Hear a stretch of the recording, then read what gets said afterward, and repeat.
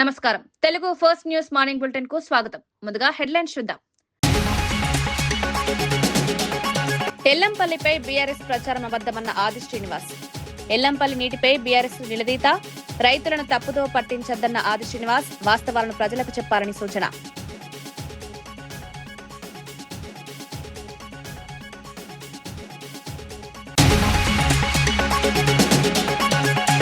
$4.51 లక్షల కోట్ల నిర్ణయాలకు కేంద్ర కేబినెట్ ఆమోదం. పీఎం కిసాన్ పథకానికి భారీ నిధులు, సముద్ర మంథన్ ప్రాజెక్టుకు కేంద్రం గ్రీన్ సిగ్నల్, క్రీడలు, మౌలిక వస్తువులకు భారీ కేటాయింపులు.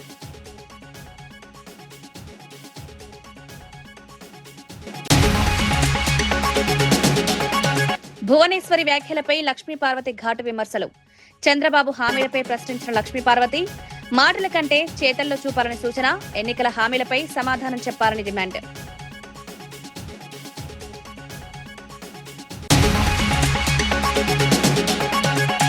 తెలంగాణ ప్రయోజనాలతో రాజకీయం చేస్తోందన్న దయాకర్. హరీష్ రావు ప్రజలకు సమాధానం చెప్పాలని డిమాండ్. అపోహలు సృష్టించద్దన్న ప్రభుత్వ విప్. రాష్ట్ర అభివృద్ధికి కాంగ్రెస్ కట్టుబాటు.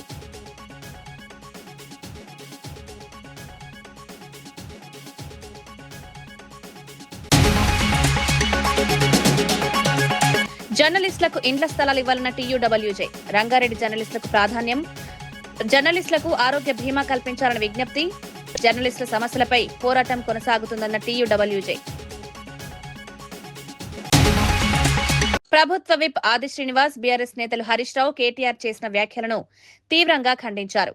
కాళేశ్వరం ప్రాజెక్టు లేకుండా ఎల్లంపల్లి ప్రాజెక్టుకు నీరు రాదంటూ బీఆర్ఎస్ చేసిన ప్రచారం పూర్తిగా అబద్దమన్నారు. ఎగువ ప్రాంతాల్లో కురిసిన భారీ వర్షాలతో కన్నేపల్లి పంప్ హౌస్ నుంచి ఒక్క చుక్క నీటిని కూడా ఎత్తిపోకుండానే శ్రీపాద ఎల్లంపల్లి ప్రాజెక్టు దాదాపు పూర్తి స్థాయి నీటి మట్టానికి చేరుకుందని వివరించారు. ఈ పరిణామంతో బీఆర్ఎస్ చేస్తున్న తప్పుడు ప్రచారం ప్రజల ముందే బట్టబయలైందన్నారు. రైతులను తప్పుదో పట్టించే ప్రయత్నాలు వెంటనే మానుకోవాలని హితవు పలికారు. వాస్తవాలను వక్రీకరించి రాజకీయ లబ్ధి పొందాలనే ప్రయత్నాలు సరికాదన్నారు. రాష్ట్ర ప్రయోజనాలను దృష్టిలో పెట్టుకుని ప్రతిపక్షం బాధ్యతాయుతంగా వ్యవహరించాలని సూచించారు. అబద్దాల ప్రచారం చేసినటువంటి హరీష్ రావు గారు, కేటీఆర్, బీఆర్ఎస్ కు సంబంధించినటువంటి వారి వాదన డొల్లే అని తేలిపోయింది. ఈసారి కాంగ్రెస్ పార్టీ హయాంలో కట్టినటువంటి ప్రాజెక్టు ద్వారా మిడ్మానే డ్యామ్ కు నీళ్లను ఎత్తిపోసే ప్రక్రియ కూడా ప్రారంభమైంది 2-3 రోజుల నుంచి. మేము నిర్మించినటువంటి మేడిగడ్డే లేకపోతే, అన్నారం లేకపోతే, సుందీలే లేకపోతే ఎల్లంపల్లి దగ్గరికి నీళ్లు ఎక్కడివి అనేటువంటి వారికి ప్రకృతి సమానం చెప్పిందన్నమాట. సందర్భంగా చెప్పే ప్రయత్నం చేస్తూ ఈరోజు శుద్ధ అబద్దాలు మానుకోవాల్సిందిగా మేము కోరుతున్నాం. కాంగ్రెస్ వచ్చిన తర్వాత ఇబ్బంది అని చెప్పిన మాట, కరువును కూడా రాజకీయం చేయాలని చెప్పి చూశారు. మంత్రి అడ్లూరి లక్ష్మణ్ ఎల్లంపల్లి ప్రాజెక్టు నీటి అంశంపై బీఆర్ఎస్ చేస్తున్న ప్రచారాన్ని తీవ్రంగా తప్పుబట్టారు. కాంగ్రెస్ ప్రభుత్వ హయాంలో నిర్మించిన ఎల్లంపల్లి ప్రాజెక్టు ద్వారానే ప్రస్తుతం నీరు అందుతోందని స్పష్టం చేశారు. ఈ విషయంలో మాజీ ముఖ్యమంత్రి కేసీఆర్ చేసిన అన్ని వ్యాఖ్యలు అసత్యాలేనన్నారు. నీటి సరఫరా తన ఘనత అని బీఆర్ఎస్ నేతలు చెప్తున్న ప్రచారం పూర్తిగా అవాస్తవమని పేర్కొన్నారు. రాష్ట్రానికి మేలు చేస్తున్న వర్షాలను కూడా బీఆర్ఎస్ జీర్ణించుకోలేకపోతోందని విమర్శించారు. ఎల్లంపల్లికి చేరిన నీటిని కాంగ్రెస్ ప్రభుత్వ ప్రణాళికలే కారణమన్నారు. ప్రజలను తప్పుదోవ పట్టించే రాజకీయాలకు బదులుగా వాస్తవాలను అంగీకరించాలని బీఆర్ఎస్ కు సూచించారు. ప్రాజెక్టు నుంచి నీటిని విడుదల చేయడం జరిగింది. ఎవరు చేయలే, మా ప్రాజెక్టు వల్ల నీళ్లు వచ్చినాయి, మా ప్రాజెక్టు వల్ల సస్యశ్యామలే అంటే మరి ఈరోజు కేటీఆర్ ఏం జవాబు చెప్తారో చెప్పమనండి. శ్రీపాద ఎల్లంపల్లి ప్రాజెక్టు ద్వారా భారీ వర్షాలతో వరద వచ్చి ఈ రాష్ట్ర రైతాంగం అంతా చల్లగా ఉండే, అన్ని వర్గాల ప్రజలకు చల్లగా ఉండాలని చెప్పి వర్షాలు కురిస్తే ప్రధాన ప్రతిపక్ష నాయకులు కొంతమంది ఏమంటారంటే అత్యంత బాధాకరమైన విషయం ఏంటంటే కరువును కోరుకుంటున్నారు. ఈ రాష్ట్రంలో కరువు రావాలి, కాంగ్రెస్ ఖతం కావాలి. ఇంత దురాలోచనతోని ప్రకటనలు చేయడం, నోటికి ఎంత వస్తే అంత ఆ విధంగా మాకొక 4 రోజుల అవకాశం ఇచ్చి చూడండి అని చెప్పి మాజీ మంత్రి హరీష్ రావు మాట్లాడతాడు. ఆయన మంత్రిగా అయిన కంటే ఇంజనీర్గా పెద్ద పెద్ద మాటలు చెప్పిండు. ఈరోజు ఇరిగేషన్ శాఖ మంత్రి ఉత్తమ్ కుమార్ రెడ్డి గారు మొదటి నుంచి చెప్తున్నాం, ఈరోజు ఈ యొక్క ఉత్తర తెలంగాణకు సంబంధించినటువంటి 2023 డిసెంబర్ తర్వాత పెద్ద ఎత్తున ప్యాడీ పంట కూడా వచ్చింది. రైతులు పెద్ద ఎత్తున వరి ధాన్యాన్ని పండించిండ్రు. తెలంగాణ రాష్ట్రంలో అత్యధికంగా ప్యాడీ వచ్చింది ఎక్కడంటే ఉమ్మడి కరీంనగర్ జిల్లా. ఆ రోజు గౌరవ ముఖ్యమంత్రిగా ఉన్నటువంటి కాంగ్రెస్ పార్టీ ప్రభుత్వం నిర్మాణం చేసినటువంటి శ్రీపాద ఎల్లంపల్లి ప్రాజెక్టు ద్వారా, వరద కాలువ ద్వారా ఈరోజు పెద్ద ఎత్తున నీళ్లు సమృద్ధిగా వచ్చి రైతులతో సంతోషంగా నాట్లు వేసుకొని ప్రధానమంత్రి నరేంద్ర మోదీ అధ్యక్షతన జరిగిన కేంద్ర కేబినెట్ సమావేశంలో దేశ అభివృద్ది సంక్షేమానికి సంబంధించిన పలు కీలక నిర్ణయాలకు ఆమోదం లభించింది. మొత్తం 4.51 లక్షల కోట్ల వ్యయంతో పలు పథకాలను అమలు చేయాలని నిర్ణయించారు. రైతులకు ఆర్థిక సహాయం అందించే పీఎం కిసాన్ సమ్మాన్ నిధి పథకాన్ని 2030-31 ఆర్థిక సంవత్సరం వరకు పొడిగిస్తూ 3.15 లక్షల కోట్లు కేటాయించారు. కొత్తగా ప్రారంభించిన ప్రధానమంత్రి సూర్య సరోవర్ యోజనకు 5,070 కోట్లు మంజూరు చేశారు. సముద్ర వనరుల పరిశోధన వినియోగానికి సంబంధించిన సముద్ర మంథన్ ప్రాజెక్టుకు 84 కోట్ల ఆమోదం లభించింది. క్రీడల అభివృద్ది కోసం ఖేలో ఇండియా జాతీయ క్రీడా సమాఖ్యలకు 36,441 కోట్లు కేటాయించారు. దేశ రవాణా మౌలిక సదుపాయాల అభివృద్దికి ట్విన్ ట్యూబ్ టన్నెల్ నిర్మాణాలకు 9,771 కోట్లు మంజూరు చేస్తూ కేంద్ర కేబినెట్ కీలక నిర్ణయం తీసుకుంది.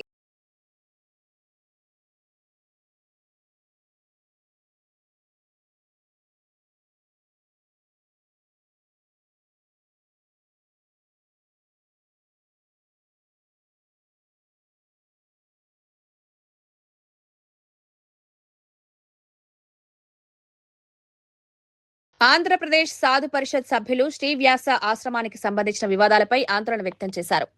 ఆశ్రమానికి ఉన్న ఆధ్యాత్మిక ప్రాముఖ్యతను కాపాడుతూ వివాదాలను శాంతియుతంగా పరిష్కరించాలని కోరారు. ఈ అంశంలో రాజకీయ పార్టీలు నాయకులు జోక్యం చేసుకోకుండా ఉండాలని విజ్ఞప్తి చేశారు. ఆశ్రమ సాంప్రదాయాలు వారసత్వాన్ని పరిరక్షించడం అందరి బాధ్యత అని పేర్కొన్నారు. ఆధ్యాత్మిక సంస్థల విషయంలో రాజకీయ వివాదాలు చోటు చేసుకోవడం సమాజానికి మంచిది కాదన్నారు. భక్తుల మనోభావాలను గౌరవిస్తూ అన్ని వర్గాలు సామరస్య వాతావరణాన్ని కొనసాగించాలని పిలుపునిచ్చారు. చర్చలు పరస్పర అవగాహన ద్వారానే సమస్యకు శాశ్వత పరిష్కారం సాధ్యమవుతుందని సాధు పరిషత్ అభిప్రాయపడింది. ఒక ప్రశ్నార్థకముగా, ఒక అయోమయముగా, ఒక గందరగోళ పరిస్థితి ఆశ్రమం మీద నీలి నీడలు అల్లుకోవడం అనేది చాలా బాధాకరం. ఆధ్యాత్మిక క్షేత్రంలో దయచేసి ఏ పార్టీ అయినా కూడా, ఏ నాయకులైనా కూడా మేము చాలా ప్రేమపూర్వకంగా మేము కోరుతూ ఉన్నాం. ఇందులో దయచేసి మీ జోక్యం వద్దు. దయచేసి ఆంధ్రప్రదేశ్ సాధు పరిషత్తు రాజకీయ జోక్యాన్ని ఎట్టి పరిస్థితిలో కూడా మేము అంగీకరించేది లేదు. ఏవైనా సమస్యలుంటే మేము కూర్చొని మాట్లాడుకుంటాం. మరొక్కసారి నొక్కి వక్కానిస్తూ ఉన్నాం. మహత్తు కలిగినటువంటి వ్యాసాశ్రమంలో అవినీతి జరుగుతుందని ఇలా మాట్లాడుతున్నారు. దీనివల్ల ఏమవుతుందంటే మన హిందూ ధర్మాన్ని, మన సనాతన ధర్మాన్ని, మన ఆశ్రమ వ్యవస్థని మనమే కించపరుచుకున్న వాళ్ళం అవుతున్నాం. ఈ వ్యాసాశ్రమ పరిరక్షణ సమితిలో ఉన్నటువంటి గౌరవనీయులు, గురువులు, పూజ్యులు వాళ్ళకు గాని, అలాగే పూర్వ విద్యార్థుల పరిరక్షణ సమితిలో ఉన్నారు వాళ్ళకు కానీ మేము ఆంధ్రప్రదేశ్ సాధు పరిషత్ తరపున సవినయంగా ఒక విషయం మనవి చేసుకుంటున్నాం. మీరందరూ కూడా ఏ విషయం ఉన్నా దాన్ని గవర్నమెంట్ ద్వారానో జ్యుడిషియరీ ద్వారానో చేయాలి తప్పితే అదే పనిగా ఈ సోషల్ మీడియాలో కానీ ప్రెస్ మీట్లు కానీ ఇలా ఒక అనవసరమైనటువంటి రాద్ధాంతాన్ని సృష్టించడం వల్ల సనాతన ధర్మం పలచనైపోతుంది పబ్లిక్ లో. భోగాపురం అంతర్జాతీయ విమానాశ్రయం ప్రారంభోత్సవానికి ముందు విశాఖపట్నంలో వేడుకలు ఘనంగా కొనసాగుతున్నాయి. గ్రేటర్ విశాఖ మున్సిపల్ కార్పొరేషన్ ఆధ్వర్యంలో ఆర్కే బీచ్ లో mega flash mob, beach walk కార్యక్రమాలు నిర్వహించారు. ఉత్తరాంధ్ర అభివృద్ధికి ప్రతీకగా నిలిచే భోగాపురం విమానాశ్రయానికి ప్రజల మద్దతు చాటేలా ఈ కార్యక్రమాలను ఏర్పాటు చేశారు. విద్యార్థులు, యువత, ప్రజలు పెద్ద సంఖ్యలో పాల్గొని ఉత్సాహంగా సందడి చేశారు. సాంస్కృతిక ప్రదర్శనలు, నృత్యాలతో విశాఖ సాంస్కృతిక వైభవాన్ని ప్రతిబింబించారు. భోగాపురం విమానాశ్రయం అందుబాటులోకి వస్తే ఉత్తరాంధ్రలో పెట్టుబడులు, పర్యాటకం, పారిశ్రామిక అభివృద్ధి, కొత్త అవకాశాలు ఏర్పడతాయన్నారు. ప్రజల్లో అభివృద్ధిపై అవగాహన పెంపొందించడమే ఈ కార్యక్రమ లక్ష్యమని పేర్కొన్నారు. రేపు మన ఉత్తరాంధ్రకి ఎంతో ప్రాముఖ్యమైన అల్లూరు సీతారామరాజు ఇంటర్నేషనల్ ఎయిర్పోర్ట్ని ఆనరబుల్ ప్రైమ్ మినిస్టర్ గారి చేతుల మీదుగా మనం అందరం ఇనాగ్రేట్ చేసుకోబోతున్నాం. గత వారం రోజుల నుంచి ఎంటైర్ ఉత్తరాంధ్ర ఈ అకేషన్ని సెలబ్రేట్ చేసుకుంటుంది. ఉత్తరాంధ్ర కళలకు రెక్కలు అన్న ఒక స్లోగన్తో, నినాదంతో ప్రజలందరూ ఈ కార్యక్రమంలో పాల్గొనాలని ప్రభుత్వం చాలా యాక్టివిటీస్ టేకప్ చేసింది. దానిలో భాగంగా ఈరోజు విశాఖపట్నంలో బీచ్ వాక్ మరియు ఫ్లాష్ మాబ్ని టేకప్ చేయడం జరిగింది. రేపు పొద్దున సుమారు విశాఖపట్నం జిల్లా నుంచి 1,00,000 మంది జనాలు భోగాపురం ఇంటర్నేషనల్ ఎయిర్పోర్ట్, మన అల్లూరు సీతారామరాజు ఇంటర్నేషనల్ ఎయిర్పోర్ట్ ప్రారంభోత్సవంలో పాల్గొంచుకుంటున్నారు. ఎవరికైతే ఈ ఇంటర్నేషనల్ ఎయిర్పోర్ట్ ద్వారా వాళ్ళకు ఒక ఎకో సిస్టమ్ క్రియేట్ అవుతుందో, ఎంప్లాయ్మెంట్ ఆపర్చునిటీస్ క్రియేట్ అవుతుందో, ఫ్యూచర్ గ్రోత్లో పాలు పంచుకోబోతున్నారో వాళ్ళందరూ ఈ కార్యక్రమంలో పాల్గొనాలి అని చెప్పి గవర్నమెంట్ వాళ్ళందరికీ ప్రతి విలేజ్ నుంచి, ప్రతి మండల్ నుంచి బస్సెస్ ఏర్పాటు చేయడం జరిగింది. వాళ్ళందరూ ఎటువంటి ఇబ్బంది పడకుండా ఎయిర్పోర్ట్ చేరుకునే విధంగా చాలా కంప్లీట్గా అరేంజ్మెంట్స్ చేయడం జరిగింది. భోగాపురం అంతర్జాతీయ విమానాశ్రయంపై జరుగుతున్న రాజకీయ విమర్శలకు మంత్రి కొండపల్లి శ్రీనివాస్ ఘాటుగా స్పందించారు. ఈ ప్రాజెక్టుకు అసలు క్రెడిట్ ఎవరిదో ప్రజలకు బాగా తెలుసని స్పష్టం చేశారు. ప్రధాని నరేంద్ర మోదీ పర్యటనకు సుమారు 3 లక్షల మంది హాజరవుతారని తెలిపారు. ప్రారంభోత్సవ వేడుకలకు ఉత్తరాంధ్ర సంస్కృతిని ప్రతిబింబించే ధింసా నృత్యంతో ప్రధానమంత్రికి ఘన స్వాగతం పలుకుతామన్నారు. భోగాపురం విమానాశ్రయం ఉత్తరాంధ్ర అభివృద్ధికి కొత్త దిశ చూపుతుందని పేర్కొన్నారు. ఈ ప్రాజెక్టుతో ఉపాధి పెట్టుబడులు, పర్యాటక రంగానికి పెద్ద ఊతం లభిస్తుందన్నారు. విమానాశ్రయ ప్రారంభోత్సవాన్ని చారిత్రాత్మకంగా నిర్వహించేందుకు అన్ని ఏర్పాట్లు పూర్తయ్యాయని వెల్లడించారు. గౌరవ ప్రధానమంత్రి గారు తిలకిస్తున్నారు. ఒక గిన్నెస్ రికార్డు కూడా జరుగుతుంది కాబట్టి మరి ఖచ్చితంగా ప్రజలందరూ కూడా భాగస్వామ్యం అవ్వాలి. ఇది ఏదో ప్రభుత్వం చేస్తున్నటువంటి చర్య కాదు, ఇది మన అందరి కోసం నిర్మాణం చేసినటువంటి ఎయిర్పోర్టు. ఖచ్చితంగా మన అందరికీ కూడా భవిష్యత్ కాలంలో మంచి జరుగుతుందన్న విషయాన్ని తెలియజేసుకుంటాం. అనేక విషయాల్లో కూడా క్రెడిట్ చోరీ జరుగుతుంది. 14-19లో గౌరవ ముఖ్యమంత్రి గారు భోగాపురం ఎయిర్పోర్టు నిర్మాణం చేయాలని కార్యరూపం చేసి 80% ల్యాండ్ ఎక్విజిషన్ చేయడం జరిగింది. క్రమేణా వచ్చినటువంటి ప్రభుత్వం దాన్ని ముందుకు తీసుకెళ్లకుండా అప్పుడు గవర్నమెంట్లో రావడానికి కూడా ప్రజల్ని వ్యతిరేకం చేసేలాగా ఎర్రబస్సు రాని చోట ఎయిర్పోర్ట్ ఎందుకు, మీ అందరూ కూడా నిలబడండి, నేనే దాన్ని ఆపుతానన్న వ్యక్తి ఈరోజు ప్రజల్లోకి వచ్చి ఎయిర్పోర్ట్ నేనే కట్టాను, ఎయిర్పోర్టు నా వల్లే జరిగింది, ఎయిర్పోర్ట్ వల్లే దానికి కావాల్సినవన్నీ కూడా నేనే చేశానని చెప్పడం చాలా హాస్యాస్పదం. ఎందుకంటే ఒక ఎయిర్పోర్ట్ కట్టడానికి వాళ్ళకి ఎందుకు 5 ఏళ్ళు సరిపోలేదు? ఖచ్చితంగా మీ మనస్సాక్షిని మీరు అడగండి, ఉత్తరాంధ్రకి మీరు ఏం చేశారని. వైఎస్ఆర్సీపీ ప్రధాన కార్యదర్శి నందమూరి లక్ష్మీ పార్వతి టీడీపీ అధినేత చంద్రబాబు, నారా భువనేశ్వరిపై తీవ్ర విమర్శలు చేశారు. చంద్రబాబు మాట తప్పడు అని భువనేశ్వరి చెప్పడం ఈ ఏడాది అతిపెద్ద జోక్ అని వ్యాఖ్యానించారు. చంద్రబాబు రాజకీయ జీవితంలో ఇచ్చిన హామీలను పూర్తిగా నెరవేర్చిన ఒక్క ఉదాహరణ అయినా చూపించాలని సవాల్ విసిరారు. ఉచిత విద్యుత్ హామీ కూడా చంద్రబాబుదేనని చెప్పడం పచ్చి అబద్దమని మండిపడ్డారు. ప్రజలను తప్పుదోవ పట్టించే ప్రకటనలు చేయడం మానుకోవాలని సూచించారు. ఎన్నికల హామీల అమలుపై ప్రజలకు సమాధానం చెప్పాల్సిన బాధ్యత టీడీపీ నాయకత్వంపై ఉందన్నారు. వాస్తవాలను వక్రీకరించి రాజకీయ లబ్ధి పొందే ప్రయత్నాలు ప్రజలు గమనిస్తున్నారని పేర్కొన్నారు. సరే, అతను ఇచ్చిన హామీ నెరవేర్చాడు. ఏ ఒక్కటి చెప్పమ్మా. లాస్ట్ ఎలక్షన్స్ 2014 ఎన్నికల్లో ఆయన 600 హామీలు ఇచ్చారు. సరే, అవన్నీ కూడా మర్చిపోయారు అనుకుందాం. జనాలు మర్చిపోరు, వాళ్ళకు ఉంటాయి మనసులో. మొన్న ఎన్నికలే కదా రీసెంట్గా 2024 ఎలక్షన్స్లో ఎన్ని హామీలు ఇచ్చారమ్మా? దాదాపు 143 హామీలు ఇచ్చారు మొన్న ఎలక్షన్లో కూడా. అందులో కూడా ఈ సూపర్ 6, సూపర్ 7 అనేది చాలా హైలైట్ చేసుకున్నారు. ఇంకేంటి, మేము గవర్నమెంట్ రాగానే ఫస్ట్ సంతకం అదేనని చెప్పి అన్నారు. కానీ అందులో ఎన్ని అమలు చేశారు? మిగిలినన్ని వదిలిపెడదాం. మీరు మహిళల గురించే మాట్లాడారు కనుక ఆ మహిళలకు జరుగుతున్న అన్యాయం ఏంటో, మహిళలకి మీ ఆయన ఎన్ని హామీలు నిలబెట్టారో వాటిని గురించే మనం మాట్లాడదాం. ఇప్పుడు 18 ఏళ్లు దాటినటువంటి ప్రతి మహిళకు కూడా 1500 చొప్పున ఆడబిడ్డ నిధి ఇస్తామని చెప్పి ఎవరమ్మా ప్రకటించింది? చంద్రబాబు నాయుడే కదా ఎలక్షన్ ముందు. పెద్ద హామీ కదా. మరి ఆడబిడ్డ నిధి ఎందుకు ఇవ్వట్లేదని చెప్పి మీ ఆయన చెవి మెలేశారా ఎప్పుడైనా సరే? ఆయన అడిగారా మీరు హామీలు ఆయన నిలబెట్టుకుంటారని మాట అంటున్నారే. ఉచిత విద్యుత్ హామీ ఎవరిదమ్మా అసలు? ఉచిత విద్యుత్ హామీ చంద్రబాబుదా? ఇంతకంటే అబద్ధం, పచ్చి అబద్ధం ఇంకేమన్నా ఉంటుందా భువనేశ్వరి? ఎందుకు ఈ విధంగా మీరు కూడా దిగజారిపోతున్నారు వాళ్ళలాగానే? ఆయన మాట ఇస్తే తప్పరు, హరిశ్చంద్రుడు 6వ సంతానం అన్నట్టుగా మీరు మాట్లాడుతుంటే నవ్వుగాకేంటమ్మా తల్లి? ప్రభుత్వ విప్ ఎమ్మెల్సీ అద్దంకి దయాకర్ బీఆర్ఎస్ పై తీవ్ర విమర్శలు చేశారు. తమ రాజకీయ అస్తిత్వం కోసం తెలంగాణ ప్రజల ప్రయోజనాలను కూడా పణంగా పెట్టే స్థాయికి బీఆర్ఎస్ దిగజారిందని ఆరోపించారు. ఇటీవల చేసిన ఆరోపణలపై మాజీ మంత్రి హరీష్ రావు ప్రజలకు వెంటనే స్పష్టతనివ్వాలని డిమాండ్ చేశారు. రాష్ట్ర ప్రయోజనాల కంటే రాజకీయ ప్రయోజనాలకే బీఆర్ఎస్ ప్రాధాన్యమిస్తోందని విమర్శించారు. ప్రజల్లో అపోహలు సృష్టించే ప్రకటనలు చేయడం బాధ్యతాయుత రాజకీయాలకు విరుద్ధమన్నారు. వాస్తవాలను ప్రజల ముందుంచి సమాధానం చెప్పాలని హరీష్ రావును కోరారు. లేదంటే ప్రభుత్వ వ్యతిరేకత పెరగాలని, ప్రభుత్వానికి నష్టం జరగాలని వాళ్ళు చేస్తున్న ప్రయత్నం చూస్తే ఒకంత నవ్వుతో పాటు మరింత ఒక ఆవేశం వస్తున్న పరిస్థితి. ఎందుకంటే ఇంతకు దిగజారాల్సిన స్థితి ఎందుకు? బీఆర్ఎస్ నేత కేసీఆర్ గారు అల్లుడు హరీష్ రావు గారు ఎక్కడెక్కడ పోయి పూజలు చేస్తుండో మనకు సమాచారం ఉంది. ఒక్కసారి తెలంగాణ ప్రజలు గమనించండి. శివమొగ్గ, దాన్ని షిమోగ అంటారు. అది తాంత్రిక పూజలకు ప్రతీతి. అంటే క్షుద్ర పూజలు, ఊళ్ళలో చేతబడి లాంటి ఇట్లాంటివి అంటారు. అట్లా వ్యక్తులకు వ్యతిరేకంగా జరగాలి, లేకపోతే వ్యవస్థకు వ్యతిరేకంగా జరగాలని. రెండవది జై అఘోరకాళి, ఇది ట్రిసిటీలో ఉంటుంది, తిరుచిలో ఉంటుంది. దీన్ని తిరుచానపల్లి అంటారు. ఇక్కడ వీళ్ళు పూజలు చేయించడం దేనికి సంకేతం? తెలంగాణ ప్రభుత్వం నష్టపోవాలనే విషయం ఒకటైతే వానలు రావద్దని, వానలు రాకపోతే సమస్యలు వస్తాయి, రైతుల నుంచి సమస్యలు వస్తాయి, సమాజం నుంచి వ్యతిరేకత వస్తుంది, దాని కొరకు. రెండవది, ఈరోజు ప్రభుత్వం చేస్తున్న మంచి పథకాలను వ్యతిరేకత సృష్టించడానికి టెక్నికల్ గా ఉన్న సోషల్ మీడియాను, లేదంటే మెయిన్ స్ట్రీమ్ మీడియాను, లేదంటే ట్రోల్స్ మీడియాను అన్నిటిని వాడుకుంటున్న పరిస్థితి. అది సరిపోక ఇలాంటి తాంత్రిక క్షుద్ర పూజలతో తెలంగాణ ప్రభుత్వానికి నష్టం జరగాలని కోరుకోవడం, వీళ్ళు తెలంగాణ బాగుపడాలని కోరుకుంటున్నా అధికారం లేకపోతే అఘోరాలుగా తయారవుతున్న పరిస్థితి. ఈరోజు అఘోరాలతో దేశానికి మంచి జరిగింది, కొన్ని ప్రాంతాల్లో దేశం యొక్క అస్తిత్వాన్ని నిలిపే దాంట్లో ఉన్నారు. కానీ వీళ్ళు భారీ వర్షాలతో శ్రీబాద ఎల్లంపల్లి ప్రాజెక్టు నిండిపోవడంతో ఉత్తర తెలంగాణ రైతుల్లో ఆనందం వ్యక్తమవుతోంది.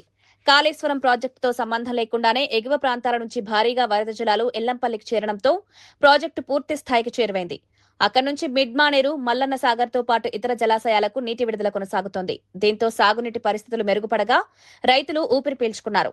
ప్రస్తుత వర్షపాతం వల్ల ఖరీఫ్ సాగుకు తగినంత నీరు అందే పరిస్థితి ఏర్పడిందని అధికారులు తెలిపారు. జలాశయాల్లో నీటి నిల్వలు పెరగడంతో భూగర్భ జలాలు కూడా మెరుగుపడే అవకాశం ఉందని చెబుతున్నారు. సాగునీటి సరఫరా సక్రమంగా కొనసాగితే ఉత్తర తెలంగాణలో పంటల ఉత్పత్తి పెరుగుతుందని రైతులు ఆశాభావం వ్యక్తం చేశారు. నీళ్లు వచ్చినాయి, మా ప్రాజెక్టు వల్ల సస్యశ్యామలం ఏంటంటే మరి ఈరోజు కేటీఆర్ ఏం జవాబు చెప్తారో చెప్పమనండి. శ్రీపాద ఎల్లంపల్లి ప్రాజెక్టు ద్వారా భారీ వర్షాలతో వరద వచ్చి ఈ రాష్ట్ర రైతాంగం అంతా చల్లగా ఉండే, అన్ని వర్గాల ప్రజలకు చల్లగా ఉండాలని చెప్పి వర్షాలు కురిస్తే ప్రధాన ప్రతిపక్ష నాయకులు కొంతమంది ఏమంటారంటే అత్యంత బాధాకరమైన విషయం ఏంటంటే కరువును కోరుకుంటున్నారు. ఈ రాష్ట్రంలో కరువు రావాలి, కాంగ్రెస్ ఖతం కావాలి, ఇంత దురాలోచనతోని ప్రకటనలు చేయడం, నోటికి ఎంత వస్తే అంత ఆ విధంగా మాకొక నెల రోజులు అవకాశం ఇచ్చి చూడండి అని చెప్పి మాజీ మంత్రి హరీష్ రావు మాట్లాడతాడు. ఆయన మంత్రిగా ఆయన కంటే ఇంజనీర్గా పెద్ద పెద్ద మాటలు చెప్పిండు. ఈరోజు ఇరిగేషన్ శాఖ మంత్రి ఉత్తమ్ కుమార్ రెడ్డి గారు మొదటి నుంచి చెప్తున్నాం, ఈరోజు ఈ యొక్క ఉత్తర తెలంగాణకు సంబంధించినటువంటి 2023 డిసెంబర్ తర్వాత పెద్ద ఎత్తున ప్యాడీ పంట కూడా వచ్చింది. రైతులు పెద్ద ఎత్తున వరిధాన్యాన్ని పండించారు. గత 10 ఏళ్ల బీఆర్ఎస్ పాలనలో విద్యారంగం తీవ్ర నిర్లక్ష్యానికి గురైందని కాంగ్రెస్ పార్టీతో ఆరోపించింది. అధ్యాపకులకు బదిలీలు, పదోన్నతులు కల్పించకుండా జాప్యం చేశారని విమర్శించింది. జీతభత్యాల పెంపుల్లో ఆలస్యం, ఫీజు రియంబర్స్మెంట్ బకాయిలు, ఓవర్సీస్ స్కాలర్షిప్ల పెండింగ్, బెస్ట్ అవైలబుల్ స్కూల్స్ బిల్లులు చెల్లించకపోవడంతో విద్యార్థులు, ఉపాధ్యాయులు ఇబ్బందులు ఎదుర్కొన్నారని పేర్కొంది. ఉద్యోగ నియామకాలను నిర్లక్ష్యం చేయడం వల్ల విద్యా వ్యవస్థ దెబ్బతినిందని ఆరోపించింది. ప్రస్తుతం కాంగ్రెస్ ప్రభుత్వం విద్యారంగంలో సంస్కరణలు తీసుకొస్తోందని తెలిపింది. పెండింగ్ సమస్యలను దశల వారీగా పరిష్కరించేందుకు చర్యలు చేపడుతున్నట్లు పేర్కొంది. విద్యార్థులకు నాణ్యమైన విద్య, ఉపాధ్యాయులకు మెరుగైన సేవా పరిస్థితులు కల్పించడమే ప్రభుత్వ లక్ష్యమని కాంగ్రెస్ నాయకులు తెలిపారు. ఇంజనీరింగ్ చదువుతున్న విద్యార్థులకు 2018 నుండి ఫీజు రియంబర్స్మెంట్ చేయకుండా ఇబ్బంది పెట్టింది మీరు కాదా? అదేవిధంగా ఓవర్సీస్ స్కాలర్షిప్స్ 2018 నుండి పెండింగ్ పెట్టి వారిని ఇబ్బంది పెట్టింది మీ ప్రభుత్వం కాదా? బెస్ట్ అవైలబుల్ స్కూల్స్ పిల్లల్ని వారికి చెల్లించాల్సిన పేమెంట్ చెల్లించకుండా ఈరోజు అడ్మిషన్ కూడా ఇవ్వని స్థాయికి తీసుకుపోయిన దుర్మార్గులు మీరు కాదా? అదేవిధంగా ఎలాంటి ఉద్యోగ నియామకాలు చేపట్టకుండా ఉద్యమ సమయం నుండి మరి మీ పాలనలో 10 సంవత్సరాల విద్యార్థుల వయోపరిమితి పెరిగిపోతున్నా కానీ ఉద్యోగాలు కల్పించని దుర్మార్గులు మీరు కాదా? ఈ రాష్ట్ర విద్యార్థుల భవిష్యత్తు గురించి పూర్తి స్థాయిలో పరిశోధన చేసి విద్యా వ్యవస్థను ప్రక్షాళన చేయాలనే లక్ష్యంతో ముందు సాగుతున్న ముఖ్యమంత్రి గారిపై మీరు వక్రీకరించి తెలంగాణ ప్రభుత్వం ఫ్యూచర్ సిటీలో జర్నలిస్టులకు కేటాయించనున్న ఇండ్ల స్థలాల్లో రంగారెడ్డి జిల్లాకు చెందిన అర్హులైన జర్నలిస్టులకు మొదటి ప్రాధాన్యం కల్పించాలని టీయూడబ్ల్యూజే రాష్ట్ర కార్యదర్శి కొంపల్లి శ్రీకాంత్ రెడ్డి ప్రభుత్వాన్ని కోరారు. బాలాపూర్ మండల టీయూడబ్ల్యూజే నూతన కార్యవర్గ ఎన్నికల సందర్భంగా జరిగిన సమావేశంలో ఆయన ఈ విజ్ఞప్తి చేశారు. 20 సంవత్సరాలుగా జర్నలిజంలో సేవలందిస్తున్న అర్హులైన వారందరికీ ఇళ్ల స్థలాలు కేటాయించాలన్నారు. జర్నలిస్టులకు ప్రభుత్వ ఉద్యోగుల తరహాలో కార్పొరేట్ వైద్య సేవలు అందించేందుకు చర్యలు జరుగుతున్నాయన్నారు. త్వరలో 5 లక్షల రూపాయల ఆరోగ్య బీమా సౌకర్యాన్ని కూడా అందుబాటులోకి తీసుకురానున్నట్లు వెల్లడించారు. అనంతరం బాలాపూర్ మండల నూతన కార్యవర్గాన్ని ఏకగ్రీవంగా ఎన్నుకుని అభినందించారు. జర్నలిస్టుల సమస్యల పరిష్కారానికి సంఘం రాజీ లేని పోరాటం కొనసాగిస్తుందని నాయకులు స్పష్టం చేశారు. రాష్ట్ర సమాచార పౌర సరఫరా శాఖ మంత్రి గారిని, పౌర సంబంధాల శాఖ మంత్రి గారిని, మిగతా అందరినీ కలుద్దాం. కలిసి తప్పనిసరిగా మా లోకల్లో మహేశ్వరం కాన్స్టిట్యూన్సీలో పనిచేసే అందరు రిపోర్టర్లను కానీ రంగారెడ్డి జిల్లా వరకు తప్పనిసరిగా రంగారెడ్డి జిల్లాలో జర్నలిస్ట్ పనిచేసే వర్కింగ్ జర్నలిస్ట్ అందరికీ ఆ స్థలాల్లో మాకు స్థలం ఇవ్వాలి. ఎంత ఇస్తే వాళ్ళకి అంత ఇస్తే మనకు అంత ఇవ్వాలి. స్టేట్ బ్యూరోలు మేమేం తక్కువ కాదు, అన్ని పత్రికలకు పట్టుకోమని మేమే. స్ట్రింగ్ అంటే మన మండల రిపోర్టర్లు అంటే అక్కడ పేపర్ నిండేదే మండల రిపోర్టర్తో, ఏదో సిటీ బ్యూరోలు స్టేట్ బ్యూరోలు రాసే ఒక ఐటమ్తో పేపర్ నిండవు. సో ఈ విషయమైన మన కార్యాచరణ రూపొందించబోతున్నాం. మన జిల్లా కమిటీ ఈ అంశంలోనే ఈసీలో కూడా మొదటి ఈసీలో కూడా మనం తీర్మానించడం జరిగింది. ఈ కార్యక్రమాల ప్రారంభంలో నిర్వహించుకున్నాం. తదుపరి జరిగే మన వినతి పత్ర సమర్పణ కార్యక్రమానికి తప్పనిసరిగా మీరు అందరూ రావాలి. ఇది మొట్టమొదటి డిమాండ్ మనది. ఇంకా తదుపరి వచ్చినట్టయితే మనం అక్రిడేషన్ల వ్యవస్థ ఉంది. ఇప్పుడు అక్రిడేషన్లు గతంలో మనకు మండలానికి జనాభాను బట్టి ఇస్తుంటే ఇప్పుడు కొత్తగా మారిన నిబంధనల ప్రకారం ఈ పుట్టుకొస్తున్న యూట్యూబర్లు వాళ్ళ వల్ల కొంత కోత విధించాలని చెప్పేసి మన శ్రీనివాస్ రెడ్డి గారు కొత్త సిస్టమ్ తేవడం జరిగింది. కొత్త అంటే ఎవరైతే వర్కింగ్గా పనిచేస్తున్నారో వాళ్ళకి ఇవ్వాలని, అలా పనిచేస్తూ ఎవరైనా రాళ్ళు ఉంటే మనతో తప్పకుండా మన అక్రిడేషన్ కమిటీ మెంబర్గా మన శ్రీకాంత్ ఉన్నాడు. శ్రీకాంత్ అన్న దృష్టికి తీసుకెళ్ళి మనము ఆ సమస్య కూడా పరిష్కరించుకుందాం. సో దాంతోపాటు గారు ఒక కమిటీతో పనిచేస్తున్నారు. ఆ సందర్భంలో మనం కూడా తెలంగాణ ఉద్యమంలో పాత్ర పోషించడం జరిగింది. ఎందుకంటే మీరు ఒక న్యూస్ రాసినా తెలంగాణ ఉద్యమం కోసం రాసినట్టే. ఆంధ్ర పత్రికలో ఆంధ్ర యజమానుల్లో పనిచేస్తూ కూడా మనం ఇక్కడ తెలంగాణ ఉద్యమం కోసం సపోర్టివ్గా న్యూస్ రాయడం జరిగింది. వాళ్ళకు భాషగా ఇవ్వడం జరిగింది. మన మీద కేసులు అనే ఒక నిబంధనను ఉండొద్దని చెప్పాం. ఈ కేసులు జర్నలిస్టుల మీద పోలీసులు కేసు పెట్టారు. మనం ఒక ఉద్యమంలో ఉన్నా కూడా పక్కన తీసుకెళ్ళి వేరే వాళ్ళని కేసులు పెడతారు. సో కేసుల నిబంధనలు లేకుండా మమ్మల్ని గుర్తించాలని చెప్పేసి మన రాష్ట్ర అధ్యక్షుడు విరాట్ అలీ గారు ఇటీవలే వీళ్ళని కోదండరామ్ సార్ గారిని వాళ్ళని కలవడం జరిగింది, కేశవరావు కమిటీని. మనం కూడా ఒక జిల్లా తరఫున ఆ రోజు ఉద్యమం సమయంలో పనిచేసిన వాళ్ళు ఎవరున్నారో వాళ్ళని గుర్తించి వాళ్ళతో ఒక జాబితా తయారు చేసి మన ఉద్యమకారుల కమిటీకి కూడా మన జిల్లా కమిటీ తరఫున నేను సత్తన్న గారు కలిసి ఒక వినతి పత్రం ఇద్దామనుకుంటున్నాం. ఇప్పటికే సత్తన్నకు మన రవీంద్రకు వీళ్ళ కొంతమందికి ఉద్యమకారుల కోదండరామ్ కమిటీ నుంచి ఒక పిలుపు వచ్చింది, మొన్న వెళ్ళడం జరిగింది. వారు నెక్స్ట్ మీటింగ్ కన్నా ముందు మనము కార్యదర్శి శ్రీకాంత్ రెడ్డి గారు ఇంజనీరింగ్ విద్యార్థులపై ముఖ్యమంత్రి రేవంత్ రెడ్డి చేసిన వ్యాఖ్యలను తెలంగాణ రక్షణ సేన రాష్ట్ర నాయకుడు ఇస్మాయిల్ తీవ్రంగా ఖండించారు. ఇంజనీరింగ్ విద్యార్థులను అవమానించాలని చేసిన వ్యాఖ్యలు ముఖ్యమంత్రి అజ్ఞానం, అహంకారానికి నిదర్శనమని విమర్శించారు. దేశ నిర్మాణంలో కీలక పాత్ర పోషిస్తున్న విద్యార్థులపై ఇలాంటి వ్యాఖ్యలు చేయడం బాధాకరమన్నారు. ఫీజు రియంబర్స్మెంట్, ఉద్యోగాలు, విద్యా వ్యవస్థలో సంస్కరణలు కోరుతున్న విద్యార్థులపై అసహనంతో ప్రభుత్వం స్పందిస్తోందని ఆరోపించారు. విద్యాశాఖ బాధ్యతలు నిర్వహిస్తున్న ముఖ్యమంత్రి విద్యార్థుల మనోభావాలను దెబ్బతీయకుండా వ్యవహరించాలని సూచించారు. వెంటనే విద్యార్థులకు బహిరంగ క్షమాపణ చెప్పాలని డిమాండ్ చేశారు. కూడా ముఖ్యమంత్రి గారు గుర్తించలేకపోవడం హాస్యాస్పదంగా ఉన్నది. ఈ విద్యా వ్యవస్థలో సమూలమైనటువంటి మార్పులు చేయాల్సినటువంటి బాధ్యతాయుతమైనటువంటి విద్యాశాఖను కూడా తన దగ్గర పెట్టుకొని ముఖ్యమంత్రి గారు పదే పదే విద్యాశాఖ పట్ల, విద్యార్థుల పట్ల అలసత్వం ప్రదర్శించడమే కాకుండా తన అసహనాన్ని కూడా ప్రదర్శిస్తూ వస్తూ ఉన్నారు. ఇది మంచిది కాదు అనేటువంటి భావన తెలంగాణ రక్షణ సేన చెప్పదలుచుకున్నది. అట్లాగే మొత్తం విద్యార్థుల ఆత్మగౌరవాన్ని దెబ్బతీసే విధంగా, విద్యార్థులను, విద్యా వ్యవస్థను అపహాస్యం చేసేటట్టుగా ముఖ్యమంత్రి రేవంత్ రెడ్డి గారు మాట్లాడినారు. ఆయన విద్యార్థులకు, విద్యావంతులకు క్షమాపణ చెప్పాలని కూడా తెలంగాణ రక్షణ సేన డిమాండ్ చేస్తూ ఉన్నది. ప్రజాస్వామ్యంలో ప్రశ్నించేటటువంటి హక్కు ప్రతి ఒక్కరికి ఉంటుంది, అట్లాగే విద్యార్థులకు కూడా ఉంటుంది. రేవంత్ రెడ్డి గారు, మీకు ఎందుకు అంత అసహనం కలుగుతోంది? మీరెందుకు అంత అభద్రతలో ఉంటున్నారు? ఎందుకు ఇట్లా అవాకులు చవాకులు పేలుతున్నారు అనేటటువంటి విషయాన్ని మేము అడగదలుచుకుంటా ఉన్నాం. 24,000 పాఠశాలలు ఈ రాష్ట్రంలో ఉంటే వాటిని ఎత్తేసి 4,000 పాఠశాలల్ని ఉంచాలని మీరు అనుకుంటున్నారు కదా. ఇదేనా మీకు ప్రాథమిక విద్య దగ్గర నుంచి విద్యా వ్యవస్థ పైన మీకున్నటువంటి ప్రేమ?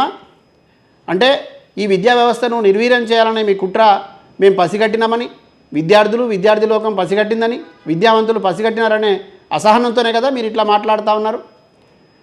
మీరు ఇవాళ విద్యాశాఖను మీ దగ్గర పెట్టుకొని మొత్తంగా 2024లో ఎన్రోల్మెంట్ ఎక్కువైందని మీరే చెప్తారు. మళ్ళీ స్ట్రెంత్ లేదని స్కూళ్ళు మూసేస్తున్నామనేటటువంటి మాట మీరే మాట్లాడతారు. ఉపాధ్యాయులకు ఇచ్చినటువంటి ఏ ఒక్క హామీని మీరు నెరవేర్చరు. విద్యార్థులకు ఇవ్వాల్సినటువంటి ఫీజు రియంబర్స్మెంట్ను చెల్లించరు. ఇంజనీరింగ్ విద్యార్థులు ఏమడిగినారు మిమ్మల్ని? 9 కోట్ల ఫీ రియంబర్స్ బకాయిలు మాకు చెల్లించాల్సి ఉందని అడిగినందుకేనా ఇంత అసహనం, ఇంత కోపం మీకు? ఏం ఫీ రియంబర్స్మెంట్ చెల్లించాల్సిన బాధ్యత ప్రభుత్వానికి లేదా? మీ బాధ్యత కాదా? ప్రశ్నిస్తే, అడిగితే అవమానిస్తారా? చదువుకున్న వాడికి చదువు విలువ తెలుస్తుంది, అజ్ఞానులకు ఏం తెలుస్తుంది? ఈ అజ్ఞానపు అహంకార మాటలతో పాలన కొనసాగించలేరు రేవంత్ రెడ్డి గారు. విద్యా వ్యవస్థలో సమూలమైనటువంటి మార్పులు రావాలని, విద్యా వ్యవస్థ మరింత బలపడాలని, ఈ విద్యా వ్యవస్థ బలపడడం ద్వారా మాత్రమే సమాజ అభివృద్ధి సాధించబడుతుందని, విద్యకు అధిక ప్రాధాన్యత ఇవ్వాల్సి ఉంటుందని ఎన్ని నివేదికలు మీకు అటు స్వచ్ఛంద సంస్థల దగ్గర నుంచి, బాధ్యత కలిగినటువంటి సామాజిక కార్యకర్తల దగ్గర నుంచి, ఎన్జిఓల దగ్గర నుంచి విద్యావేత్తలు ఎంతమంది మీకు ఇచ్చినారు? మీరు ఏ ఒక్కటన్నా వాటిని పరిశీలించినారా? పరిష్కరించడానికి ప్రయత్నం చేసినారా?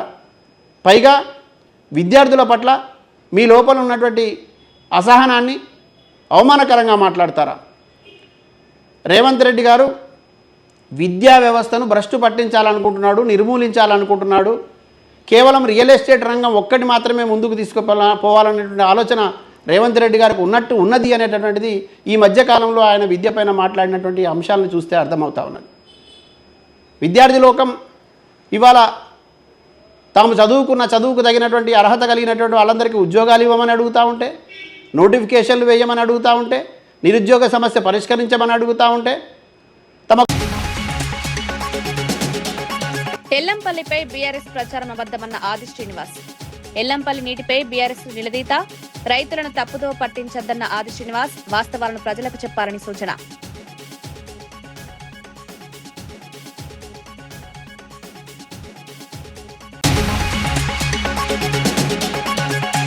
$4.51 లక్షల కోట్ల నిర్ణయాలకు కేంద్ర కేబినెట్ ఆమోదం. పీఎం కిసాన్ పథకానికి భారీ నిధులు, సముద్ర మంథన్ ప్రాజెక్టుకు కేంద్రం గ్రీన్ సిగ్నల్, క్రీడలు, మౌలిక వస్తువులకు భారీ కేటాయింపులు.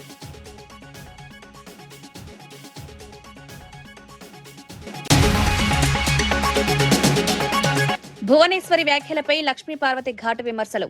చంద్రబాబు హామీలపై ప్రశ్నించిన లక్ష్మీపార్వతి, మాటల కంటే చేతల్లో చూపాలని సూచన, ఎన్నికల హామీలపై సమాధానం చెప్పాలని డిమాండ్.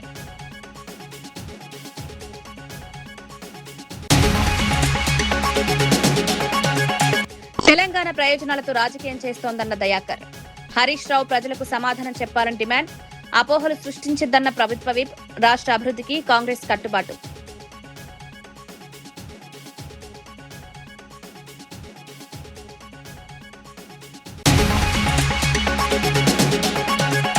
జర్నలిస్టులకు ఇండ్ల స్థలాలు ఇవ్వాలన్న టీయూడబ్ల్యూజే. రంగారెడ్డి జర్నలిస్టులకు ప్రాధాన్యం, జర్నలిస్టులకు ఆరోగ్య బీమా కల్పించాలని విజ్ఞప్తి.